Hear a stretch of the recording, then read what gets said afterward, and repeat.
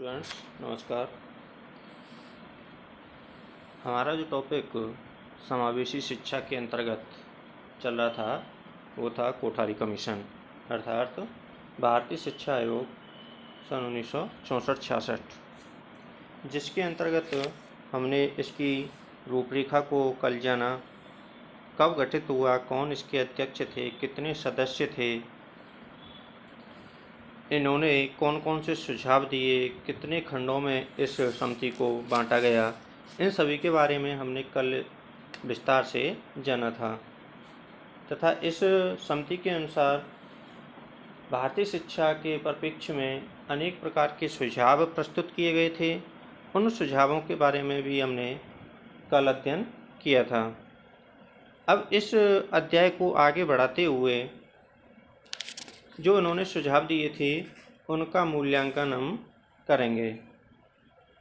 तो इसमें कोठारी आयोग के जो सुझाव दिए, संस्तुतियाँ दी थी, उन सभी का मूल्यांकन आज के अध्याय में हम करेंगे।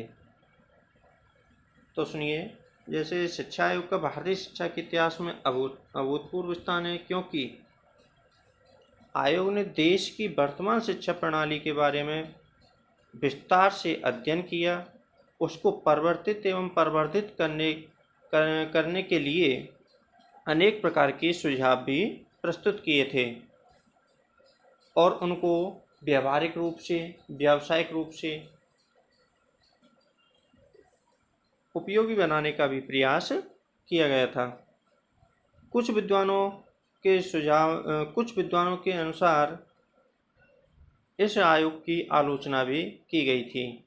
अतः इसके गुण, विशेषता एवं सेवाओं का विवेचन करना भी हमें आवश्यक हो जाता है। अगर हम कोई भी कार्य करते हैं, जैसे किसी भी प्रकार का कार्य करते हैं, किसी संगठन में कर रहे हों, व्यक्तिगत रूप से कर रहे हों या फिर किसी उद्देश्य की पूर्ति कर रहे हों, तो हम उसमें दो पहलू एक साथ चलते हैं, उसके गुण एवं दोष।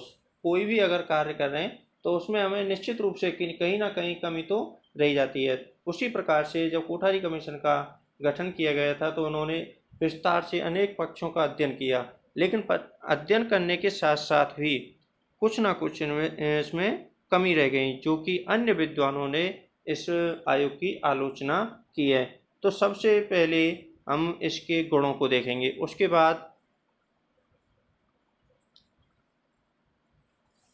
सबसे पहले क्या है, हम कोठारी कमीशन के गुणों को देखेंगे, उसके बाद इसकी सीमाओं का अध्ययन करेंगे और उसके बाद राष्ट्रीय शिक्षा आयोग के सुझावों का वर्तमान शिक्षा प्रणाली पर क्या प्रभाव पड़ा है, उस प्रभाव का भी हम अध्ययन करेंगे।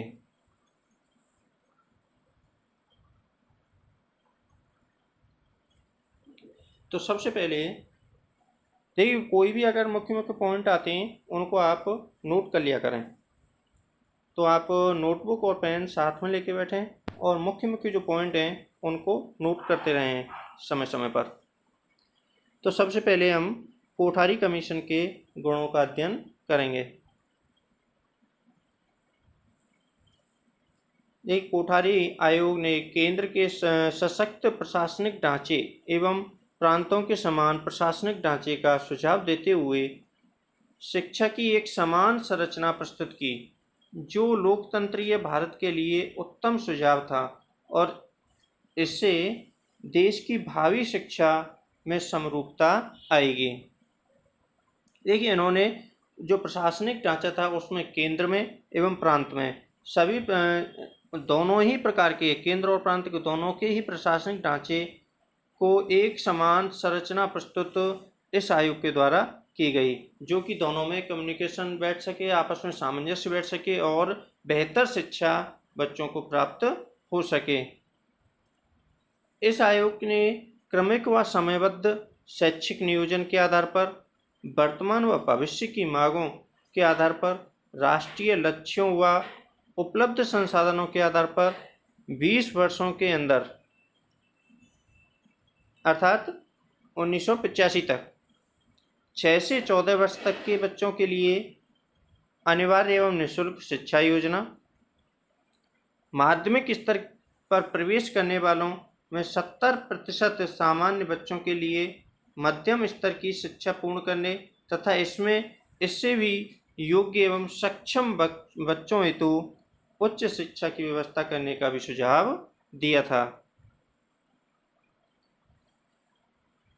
इसके बाद आयोग ने समय की मांग को देखते हुए शिक्षा के अभिनय उद्देश्यों का निर्धारण किया तथा शिक्षा को उत्पादन व रोजगार परक बनाने हेतु शिक्षा के व्यावसायीकरण पर भी जोर दिया। तो ये हमने जो सिफारिशों के बारे में हम अध्ययन कर रहे थे उसमें भी ये बात आई थी कि हम जो उद्देश्यों का निर्धारण किया गया था और सबसे ज़्यादा इन्होंने क्या है कि बेसिक शिक्षा व्यावसायिक कौशलों पर भी इन्होंने जोर दिया था तथा इस पर उच्च शिक्षा के विस्तार पर रोक लगाई तथा उन्नयन पर बल दिया तथा व्यावसायिक जो कौशल हैं उनको बढ़ाने पर इस आयोग के द्वारा जोर दिया गया। इसके बाद आयोग ने शिक्षकों की स्थिति में सुधार करने हेतु उनके वेतनमान, पदोन्नति, कार्य एवं सेवा दशाओं आदि के विषय में महत्वपूर्ण संस्तुतियाँ प्रस्तुत करके शिक्षकों की सामाजिक एवं आर्थिक स्थिति में सुधार करने का भी प्रयास इन्होंने किया। तो इनके शिक्षकों के संबंध में जो भी उनको आर्थिक उन्नति हो या फिर पदोन्नति हो, उनके कार्य सेवा आदि सभी को मद्देनजर रखते हुए उन्होंने उनके कल्याण के लिए कार्य किया। आयोग ने शिक्षक शिक्षा के संबंध में उपयोगी सुझाव एवं संस्तुतियाँ प्रस्तुत करके शिक्षक शिक्षा में सुधार लाने का भी प्रयास किया।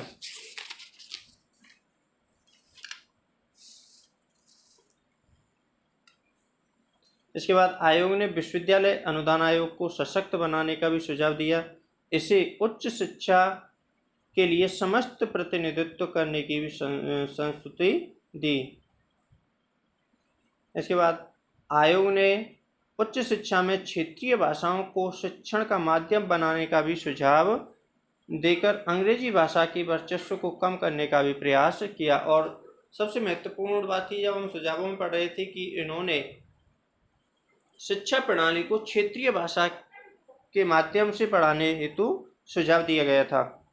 उच्च शिक्षा में भीड़ को रोकने के लिए चयनात्मक प्रवेश प्रणाली अपनाने का भी इन्होंने इस कमीशन ने सुझाव दिया तथा इस आयोग के द्वारा विकलांग बालकों की शिक्षा, पिछड़े वर्गों की शिक्षा, जनजातीय लोगों की शिक्षा आदि के उनको शिक्षित करने के लिए भी सुझाव प्रदान किए गए थे तथा इस आयोग ने इंजीनियरिंग शिक्षा को सुदृढ़ बनाने हेतु विशेष सुझाव दिया तथा विज्ञान के क्षेत्र में मौलिक अनुसंधान कार्य को प्रोत्साहित करने के लिए उपयोगी सुझाव दिए।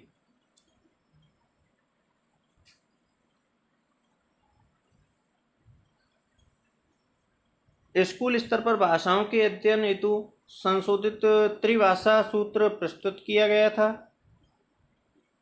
जिससे भाषा समस्या का समुचित निदान किया जा सके।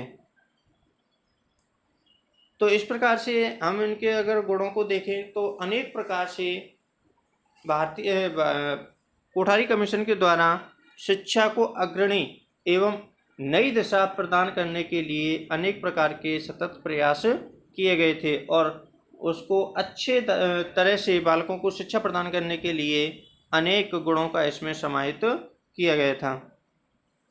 फिर भी अनेक विद्वानों ने इस आयोग की आलोचना भी की है तथा इस आयोग के सुझावों के प्रति अपने मत प्रकट किए हैं। और तो आगे हम आयोग की सीमाओं के बारे में पढ़ेंगे।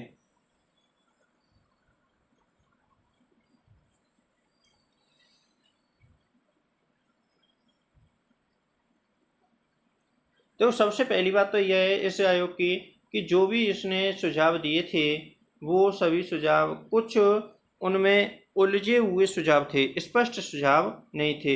यही कारण है कि जो हमारी जो अगली जो राष्ट्रीय शिक्षा नीति थी 1986 वाली, उसमें 10+2+3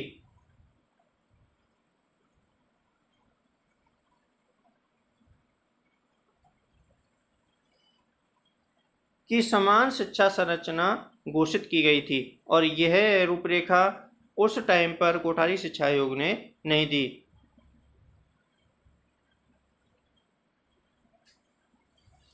आयोग द्वारा प्रस्तावित शिक्षकों का वेतनमान और कार्य एवं सेवा दशाओं की संतुतियाँ शिक्षकों के लिए अधिक उपयोगी सिद्ध नहीं हुई। जैसे इन्होंने अभी मैंने गुणों में बताया था कि आयोग ने शिक्षकों के लिए वेतन संबंधी, कार्य संबंधी, सेवा संबंधी अनेक प्रकार के वेतनमान संबंधी अनेक प्रकार की संतुतियाँ दी बढ़ाने के लिए, लेकिन वो प्रभावी रूप से सिद्ध नहीं हुई और भौतिक रूप से उनका सही रूप से इस्तेमाल नहीं किया जा सका। आयोग ने सामान्य शिक्षा एवं उच्च शिक्षा में एक ओर तो राष्ट्रीय नामांकन निर्धारित की, वहीं दूसरी ओर चयनात्मक प्रवेश प्रणाली की सिफारिश करके सभी छात्रों हेतु उच्च शिक्षा के दरवाजे बंद करने का भी प्रावधान कर दिया। देखो, इसमें दो प्रकार से उन्होंने सिफारिश की। एक तो राष्ट्रीय नामांकन निर्धारण किया कि सभी का इसमें उच्च शिक्षा में सभी का नामांकन किया जाएगा, लेकिन दूसरी तरफ एक और सिफारिश उन्होंने कर दी कि चयनात्मक प्रवेश प्रणाली की सिफारिश कर दी कि हम टेस्ट के आधार पर या चयन के आधार पर प्रवेश लेंगे। तो इसमें जो छात्रों को उच्च शिक्षा प्राप्त करने का जो अवसर था उसमें काफ़ी कठिनाइयों का सामना करना पड़ा। आयोग ने भाषा समस्या के समाधान हेतु जो त्रिभाषा सूत्र प्रस्तुत किया था उससे भी भाषा समस्या का सर्वमान्य हल नहीं निकल सका। इसके साथ ही संस्कृत भाषा की उपेक्षा भी हुई। तो आयोग ने त्रिभाषा सूत्र प्रतिपादित करने का सुझाव दिया गया था, जो कि भौतिक रूप से सही सिद्ध नहीं हुआ और इसमें संस्कृत भाषा की उपेक्षा की गई।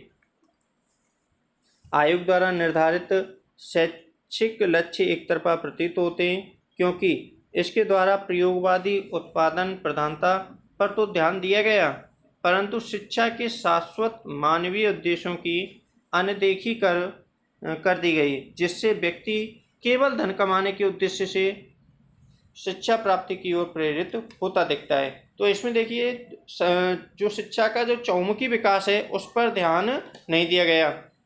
सबसे ज़्यादा व्यावसायिक कौशलों के विकास पर ध्यान दिया गया और जो सर्वांगीण शिक्षा का जो विकास का जो उद्देश्य है, कहीं ना कहीं उस उद्देश्य की पूर्ति करने में यह आयोग असमर्थ हुआ। आयोग द्वारा विज्ञान एवं प्रौद्योगिकी शिक्षा पर विशेष बल दिए जाने से बालकों का नैतिक एवं आध्यात्मिक विकास अवरुद्ध सा हो गया। जैसा अभी मैंने बताया कि आयोग ने सबसे ज़्यादा व्यावसायिक कौशलों पर ध्यान दिया, विज्ञान पर ध्यान दिया, प्रौद्योगिकी पर ध्यान दिया, जिससे कि छात्रों का जो नैतिक विकास है वो प्रभावित हुआ, आध्यात्मिक विकास है वो प्रभावित हुआ।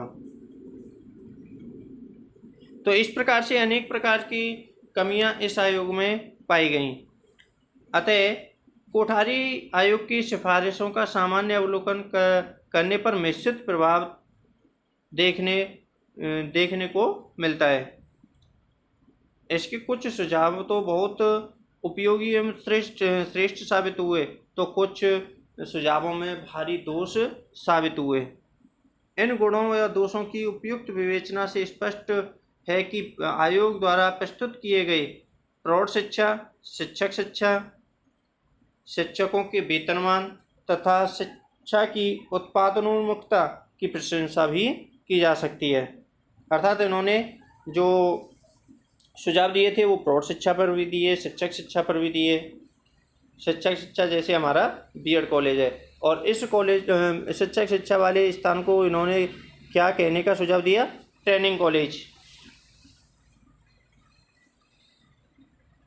तथा इनकी भाषा नीति वरिष्ठ विश्वविद्यालयों की स्थापना तथा अस्पष्ट धारणाएं आदि भारत की शिक्षा को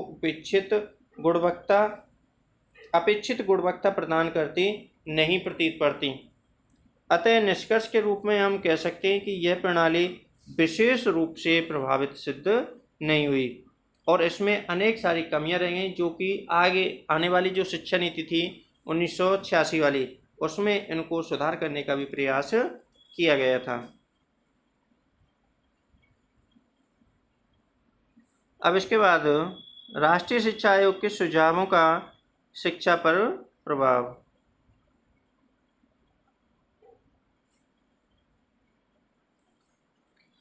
अब जो हमारा जो आयोग का गठन किया गया था, इसका शिक्षा व्यवस्था पर क्या प्रभाव पड़ा, उसके बारे में हम अध्ययन करेंगे। देखिए, राष्ट्रीय शिक्षा आयोग 1966 की सिफारिश के आधार पर इस नीति का निर्धारण किया गया, जिसे 24 जुलाई 1968 को घोषित कर दिया गया, जिससे इन सिफारिशों पर अमल किया जाने लगा। पूरे देश में 10+2+3 की शिक्षा संरचना लागू करने के प्रयत्न किए जाने लगे, और NCERT ने प्रथम 10 वर्ष शिक्षा के लिए आधारभूत पाठ्यचर्या तैयार की, जिसमें त्रिभाषा सूत्र के आधार पर 3 भाषाओं का अध्ययन। 3 भाषा कौन कौन सी? अंग्रेजी, हिंदी और संस्कृत। देश के आधुनिकीकरण हेतु विज्ञान व गणित का अध्ययन एवं माध्यमिक स्तर पर व्यावसायिक शिक्षा का शुरुआत करने के लिए कार्यानुभव को अनिवार्य किया गया। अतः इसके साथ, जैसे त्रिभाषा सूत्र के साथ साथ उन्होंने व्यावसायिक शिक्षा पर भी ध्यान दिया और अपने कार्यानुभव को भी शिक्षा के साथ साथ बढ़ाने का प्रयास किया। कुछ प्रांतों में इस आधार पर प्रथम 10 वर्षीय शिक्षा की पाठ्यचर्या का निर्माण कर उसे चालू किया गया, और ये जो नीति है जो कितने वर्षों के लिए निर्धारित की गई? 10 वर्षों के लिए। और कुछ प्रांतों में +2 पर अनेक प्रकार के व्यावसायिक पाठ्यक्रम भी शुरू किए गए। अब देखिए, इस पर जो हमारा अनेक प्रांतों में क्या किया गया, इस पर व्यावसायिक पाठ्यक्रम को भी लागू किया गया। 10 के बाद जो +2 है, इस पर व्यावसायिक पाठ्यक्रम निर्धारण किया गया। सभी राज्यों में नहीं किया गया, लेकिन कुछ राज्यों में किया गया, परंतु उनमें सफलता न मिल सकी। उच्च शिक्षा में भी डिग्री कोर्स त्रिवर्षीय कर दिया गया। उच्च शिक्षा में डिग्री कोर्स कितने वर्ष का कर दिया गया? 3 वर्ष का। First year, second year, third year. इससे पहले कितने वर्ष का था? 2 वर्ष का। उच्च शिक्षा एवं व्यावसायिक तकनीकी एवं प्रबंध शिक्षा के विस्तार के साथ साथ उसमें उन्नयन हेतु ठोस कदम उठाए गए। साथ ही शिक्षक शिक्षा में सुधार होने शुरू हो गए और प्रौढ़ शिक्षा के कार्यक्रम को व्यापक बनाया गया। इस आयोग ने शैक्षिक अवसरों की समानता हेतु जो सुझाव दिए, उनका अनुपालन भी शुरू किया गया। सबसे महत्वपूर्ण बात इस आयोग की यह थी कि राष्ट्रीय शिक्षा नीति 1986 का निर्माण भी इसी आधार पर हुआ था। अतः